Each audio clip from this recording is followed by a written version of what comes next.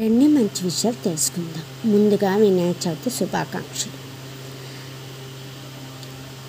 వినాయక చవితికి కావలసిన సామాన్లు ఏంటో తెలుసుకుందాం.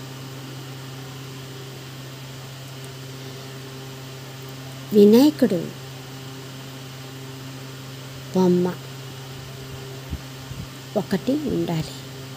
మీకు నచ్చేది, మీకు నచ్చింది తీసుకోవచ్చు. ఈ రంగు ఆ రంగు అనేమీ లేదు. చాలామంది కలర్స్ చెప్తారు.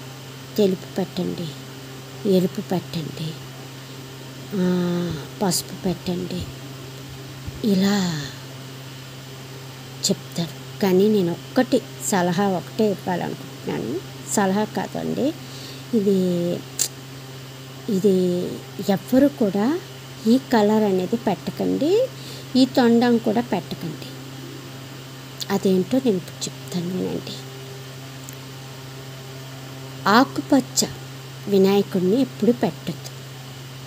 అలాగే ఎదురుగా తొండం, ఎదురుగా పక్కకి, ఈ పక్క ఆ పక్క, ఎడం పక్క గుడి పక్క తొండం తిరిగి ఉంటుంది కదా, పూర్తిగా ఎదురుగా తొండం మనకి చూస్తున్నట్టు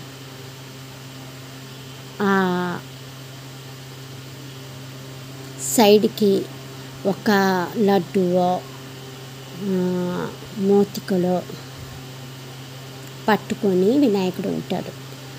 అలా కాకుండా ఎదురుగా ఉన్నట్టు తొండం, ఎదురు తొండం అస్సలు వినాయకుడిది ఉండకూడదు. సుడిగుండం అన్నమాట, సుడి చుట్టేస్తుంది. అటువంటి విగ్రహం మీరు తెచ్చుకొని వినాయక చవితి రోజు పూజించకండి. రంగు ఆకుపచ్చది, అది అస్సలు పూజించకూడదు. ఆకుపచ్చ రంగు అది ఆ రంగు విషపురుగు ఉంటుంది కదా, ఆకుపచ్చ విషపురుగు, దాంతో సమానం అన్నమాట. ఆకుపచ్చ రంగు వినాయకుడు పూజించకూడదు. అలాగే ఎదురుగా ఉన్న తొండం పూజించకూడదు. అర్థమైంది కదా. అలాగే వినాయకుడికి ఎలుక కంపల్సరిగా ఉండాలి, ఉన్నట్టు చూసుకోండి. మంచిగా 4 భుజాలు, చేతులు ఉన్నట్టు చూడండి. ఏదో ఒక పక్క తొండం, ఎడం పక్క గుడి పక్క తొండం, మీ ఇష్టం. ఏ పక్క ఉన్నా మంచిదే, కానీ ఎదురుగా ఉండకూడదు. అర్థమైంది కదా. చక్కగా బొమ్మ ఉన్నట్టు చూసుకోండి. కలవ పువ్వు మీద కూర్చుందేనా, ఎలుక మీద కూర్చుందేనా, నెమల మీద కూర్చుందేనా, సింహాసనం మీద కూర్చుందేనా, మీ ఇష్టం. ఏది నచ్చితే అది. ఒక్క ఆకుపచ్చ ఎదురు తొండం మాత్రం ఉండకూడదు. అర్థమైంది కదా.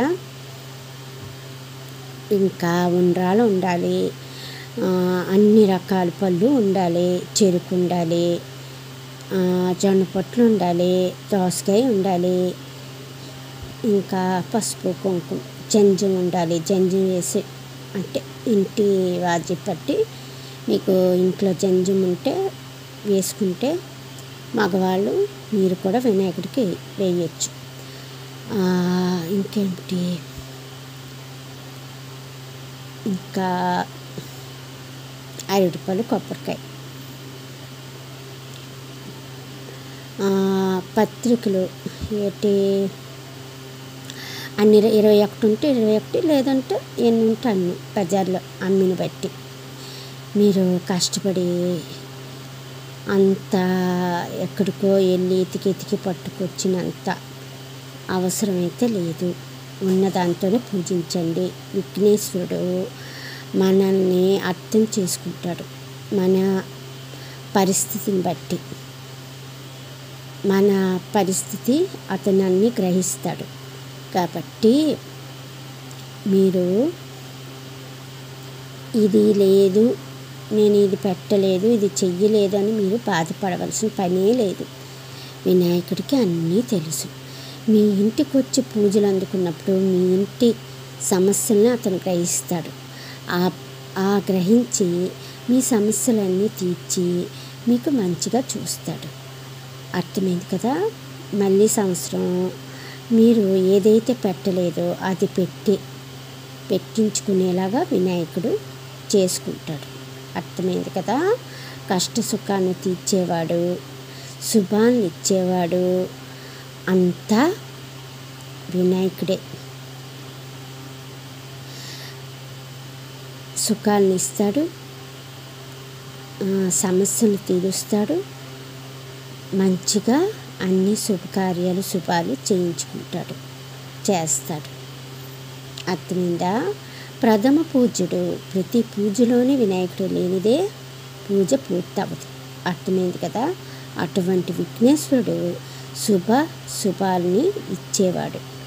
అందుకు మన ధన సంపద అన్నీ అతను సమకూర్చి చూపిస్తాడన్నమాట. ధన సంపదలు కూడా ఆయన ఇస్తాడు. అర్థమైంది కదా. కాబట్టి విఘ్నేశ్వరుడి పూజ ఎంతో ఆనందాన్ని ఇస్తుంది, సంతోషాన్ని ఇస్తుంది.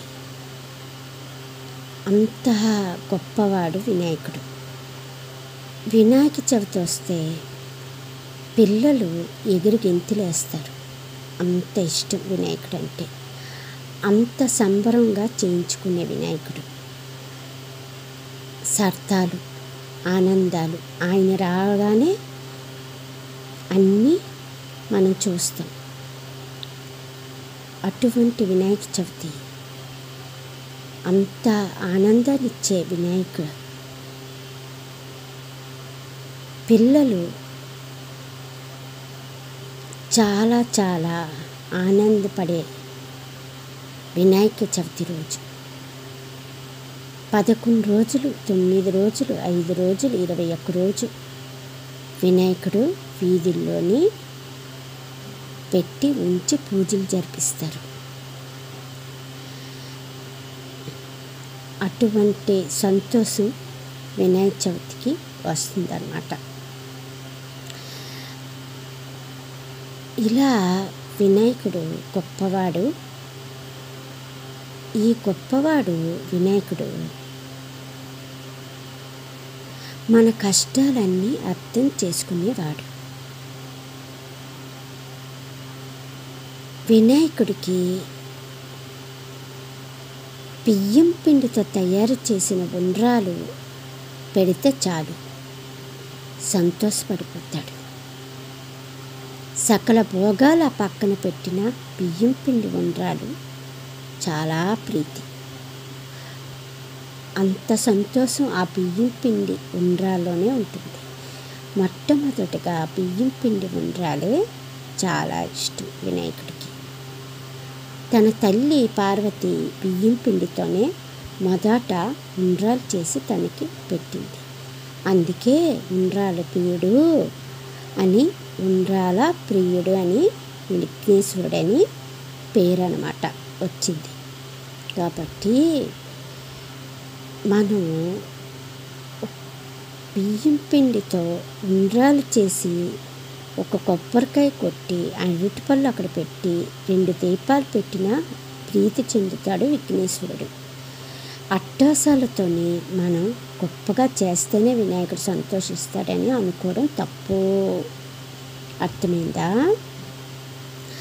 మన ఇంటి పరిస్థితులను అర్థం చేసుకున్న విఘ్నేశ్వరుడు మన ఇంటికి వచ్చి ఆయన నాకు ఇంత చిన్నతనం చేశారా, ఇంత చులకం చేశారా, నాకేమీ పెట్టలేదా, ఇంత ఒక 2 దీపాలు, ఈ మాత్రం ఉండ్రాలు అంతేనా అని వినాయకుడు అనుకుంటాడు అనుకున్నారా. ఎప్పుడు అలా ఉద్దేశాలతో దేవుళ్ళు ఎవరూ ఉండరు. మన స్తోమత తగ్గట్టుగా మనం పూజించిన దాన్ని ఆయన స్వీకరిస్తాడు. మళ్ళీ సంవత్సరం మనకున్న పరిస్థితిని అంతా మార్పు చేసి ఒక ఉన్నత స్థాయికి తీసుకొచ్చే విఘ్నేశ్వరుడు. అప్పుడు ఆయన వద్ద మీరిచ్చిన సంపదే ఇదంతా అని మనం మరికొంచెం ఆయనకి సంతోషం పెట్టేలా పూజించి అన్ని రకాల పళ్ళు కాయలతో ఆయన ఎంతో సంతోషిస్తాడనమాట. అర్థమైంది కదా, ఇది చెప్పాలనుకున్నాను, చెప్పాను. తెలియచేశాను. ఇంకా ఏమైనా మర్చిపోతే నెక్స్ట్ వీడియోలో తప్పకుండా తెలియచేస్తాను. మరిన్ని మంచి విషయాలు తెలుసుకుంటాను.